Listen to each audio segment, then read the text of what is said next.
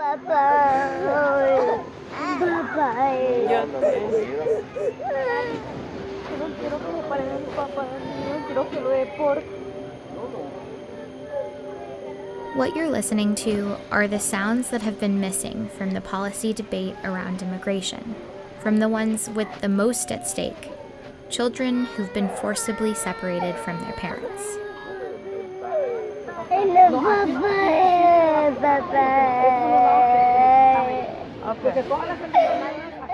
It's a recording that was made from inside of a Border Patrol facility of children who have been separated recently from their parents after having crossed the border without documents into the United States.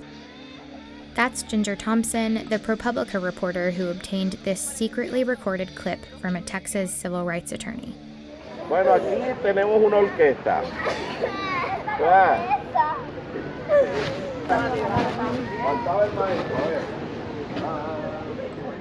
They were between the ages of 4 and 10. All of the children on this recording are from Central American countries. ¿De dónde son ustedes? ¿Y tú? Guatemala. No llores. Vas a llegar con... Mira, ella te va a explicar y te va a ayudar. ¿Cierto?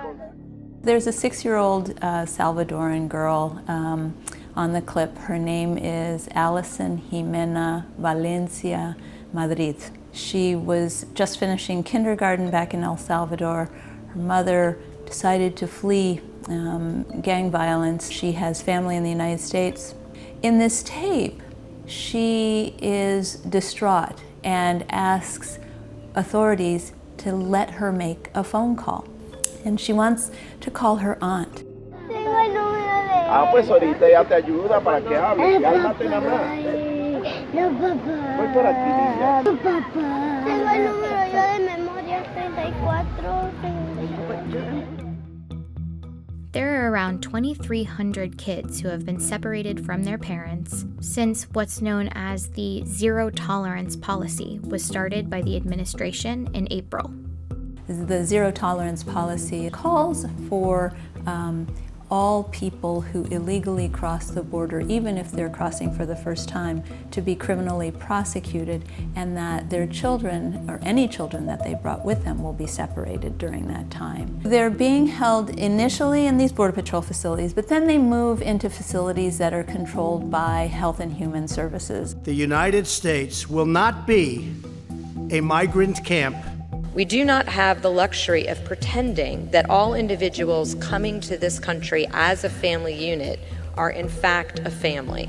This administration has a simple message. If you cross the border illegally, we will prosecute you. The backlash to this policy has been swift and sharp. People with very diverse political views on every other thing seem to have come together to condemn this policy. I don't think we should obey a law that goes against what God intends, that you would take a baby, a child. It's terrible to see families ripped apart, and I don't support that one bit. We do have to find the middle ground of somehow, honoring the law of the land, but showing mercy to the immigrant. The administration has sort of been struggling to respond. And I would cite you to the Apostle Paul and his clear and wise command in Romans 13 to obey the laws of the government. It is very biblical to enforce the law. That is actually repeated a number of times throughout the Bible. Have you heard the audio clip of these children wailing that just came out today? I have not seen something that came out today, but I have been to detention centers. And again, I would reference you to our standards. The image of this country that you want out there, children? The image that I want of this country is an immigration system that secures our borders and upholds our humanitarian ideals. Congress needs to fix it. We're not the ones responsible for creating this problem. We've inherited it, but we're actually the first administration stepping up and trying to fix it.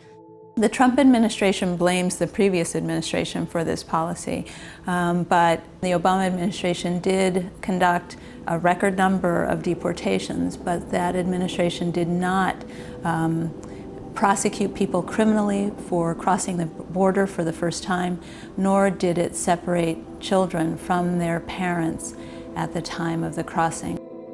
Facing the backlash, the administration opened up tightly controlled tours of the facilities. This is handout footage from the government. Cameras are tightly restricted for journalists, and the children being detained are not allowed to speak to them. They can be sort of sanitized, very sterile experiences that show you what the shelter looks like, but when it comes to children, gives you very little sense of what impact being there has on them. For now, this clip is the closest we've gotten to hearing from the children.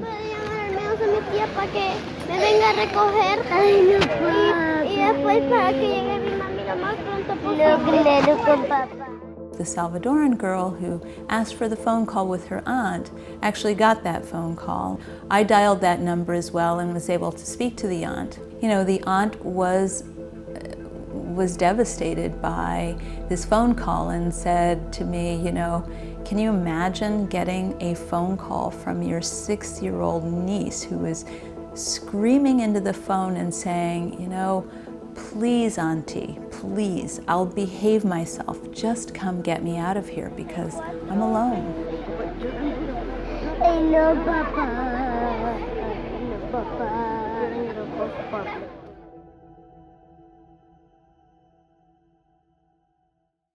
Thanks for watching. We want to keep reporting this story and talking to families who have been affected. So, has your family been separated at the US-Mexico border? Or do you work in a border detention facility or aid families who have been affected by this policy? If so, contact us at the link in the description below.